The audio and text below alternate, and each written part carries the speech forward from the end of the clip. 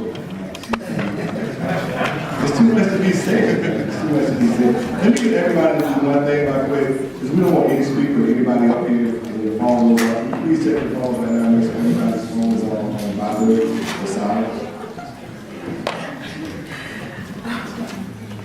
The next individual we have coming up, our kickoff speaker, we want you to make sure you guys, we want to make sure that everybody's words are so powerful. We want to give them all the energy that we can give them. So I want you guys to give them like the biggest applause, like it's Jesus himself is coming up here. All right, we want to make sure that we keep the energy high. It takes a lot to come up here and speak. Please put your hands together for David Kane.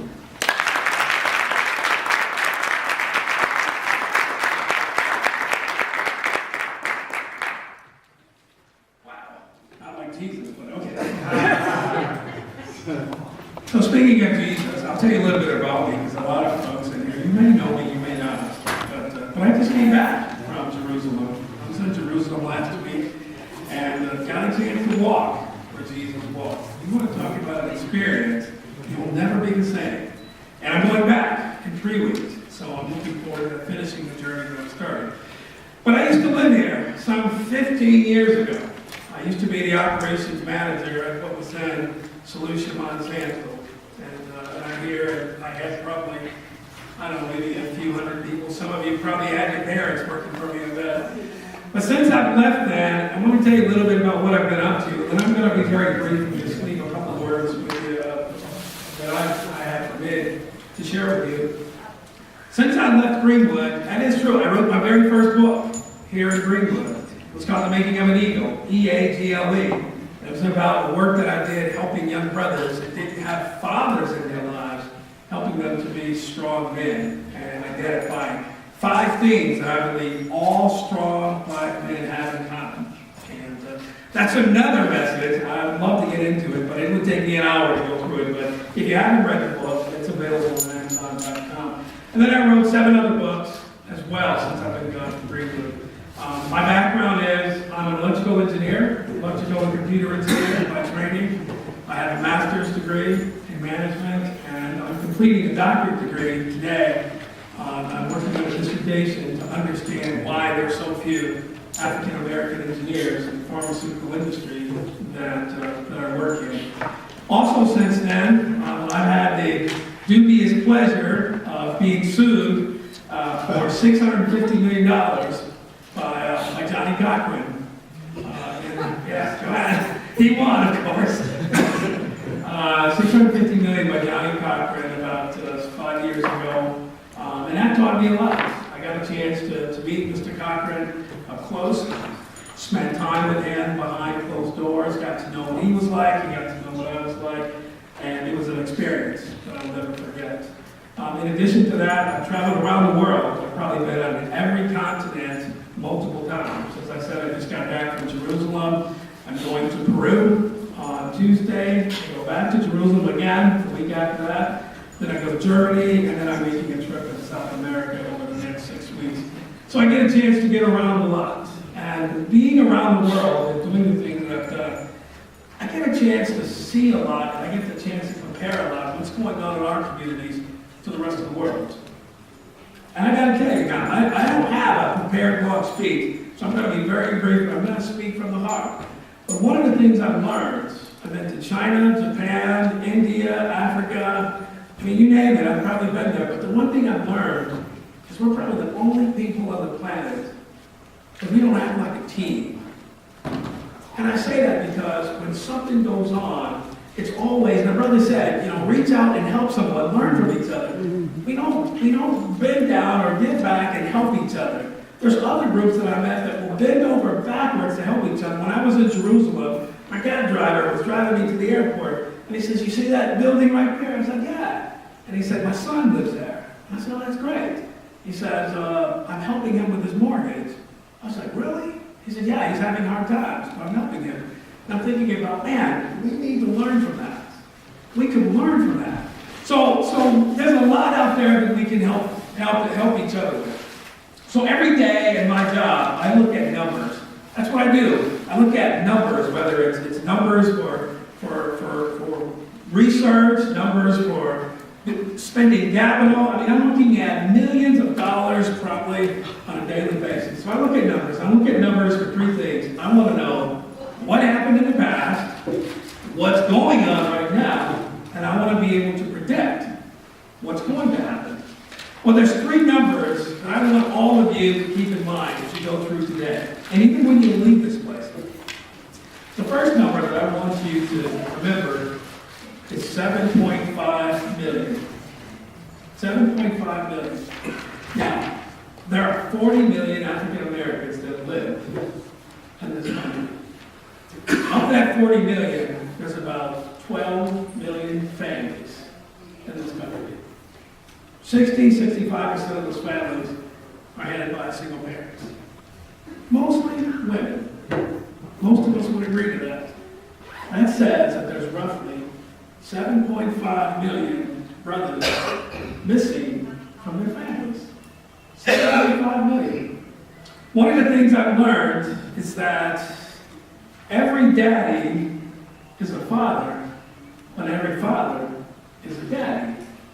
Does that make sense? And so there's a difference between, I was listening to Michael Gaskin yesterday on the radio, and he was asking, what's missing? What is it that's missing?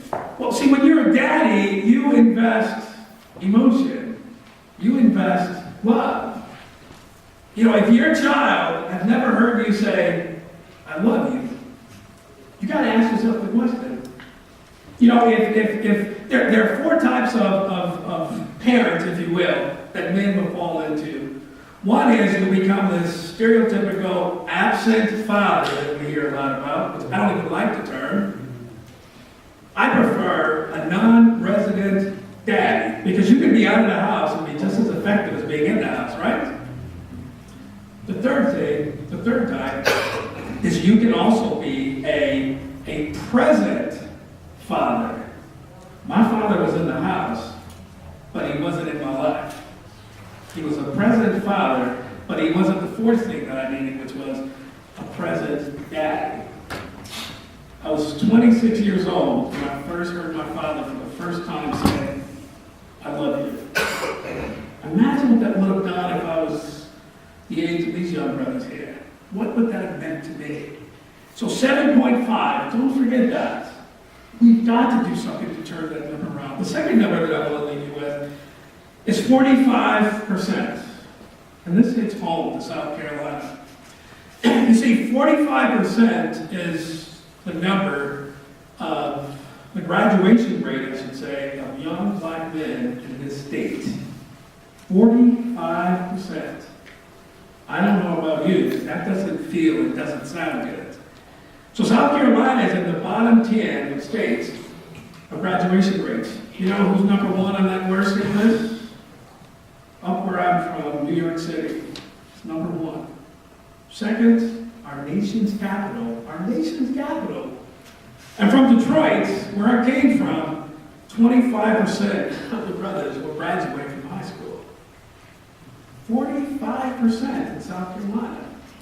And everybody wants to be, I was speaking at a high school graduation once, and I asked these young brothers, so what do you want to do when you graduate? And I said, I want to be the next Michael Jordan or the LeBron James, the next coming of LeBron James.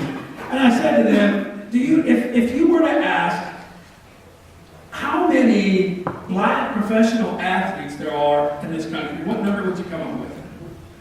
Any sport, take every sport. If they're professional, what number would you come up with? Young people said 20,000, 30,000, one even said 1 million. Because that's all they see. You turn on the TV and that's what you see. Sports Illustrated actually did the study. Total black professional athletes in this country, less than 1,100. That's it. 1,100. The chances are better of you being struck by lightning 3 times before you become the next Michael Jordan or LeBron James.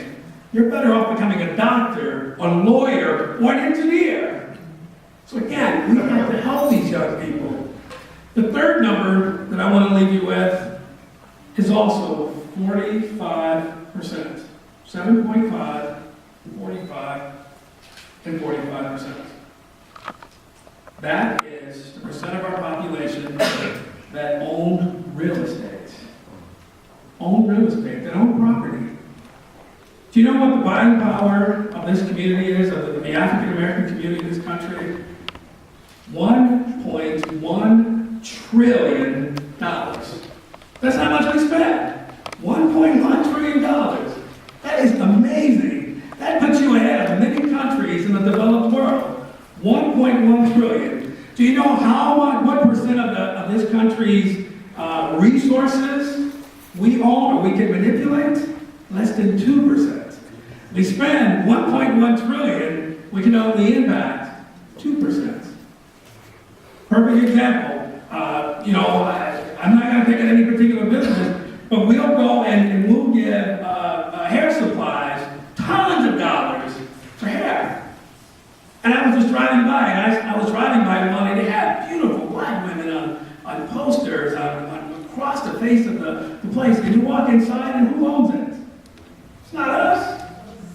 95% of every dollar we spend leaves our community. 95%. A dollar has a trip around our community less than one time. We give it, and they take it. Imagine what would happen if we could work together and say, you know what? We have it. We're going to do something. I love this idea. Imagine what would happen if Regina could get people together and say, you know what? We're going to pool our resources together, and we're going to show this community what we can do. You know, in Detroit, I did that once. I got 10 families, and I said, I want to show my kids what we can do by working together. And I said, we're going to put our money together, and we're going to invest in Wall Street.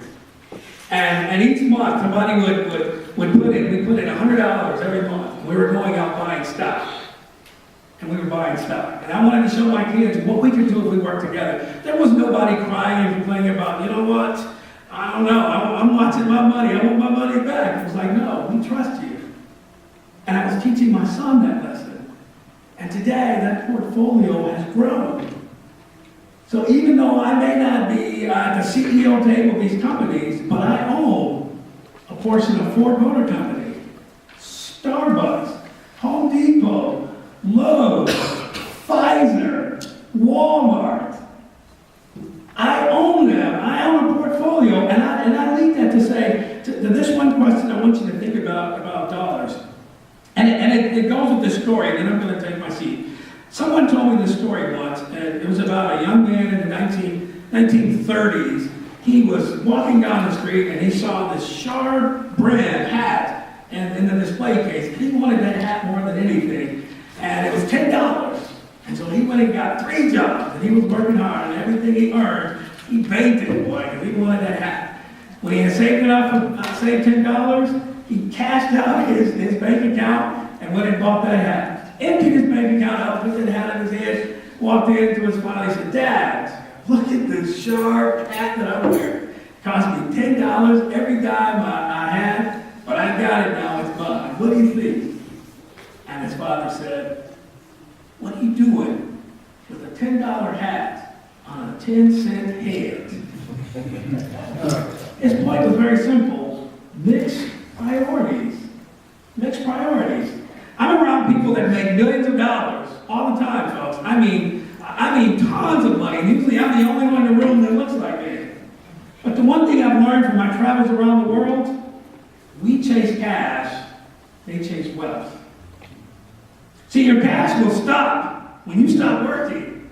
But your wealth, it goes on. Generation after generation after generation. Mixed up priorities. You know, back in the day, I used to say when CDs were popular, if you got more CDs on your bookshelf than you have books, mixed up priorities. Can't say that now. I don't know what the analogy is, but I'm sure there's something there because everybody downloads. But you got to check your priorities. Don't spend every dime that you have. In your pocket should always be your last dollar that you will never spend. Mixed up priorities. So what do all these have in common? Fathers. Fathers. I wish my father was there for me. I wish he was the daddy that I needed. I wish. I came from a single-parent family. My mother did it. And when I graduated with my first degree, I said to her, please, you were you took my father's space, but you could not take his place. but I thank you. So I leave you with this. Fathers, go home and ask your children one simple question. One question. Am I the dad that you need me to be? Thank you guys very much.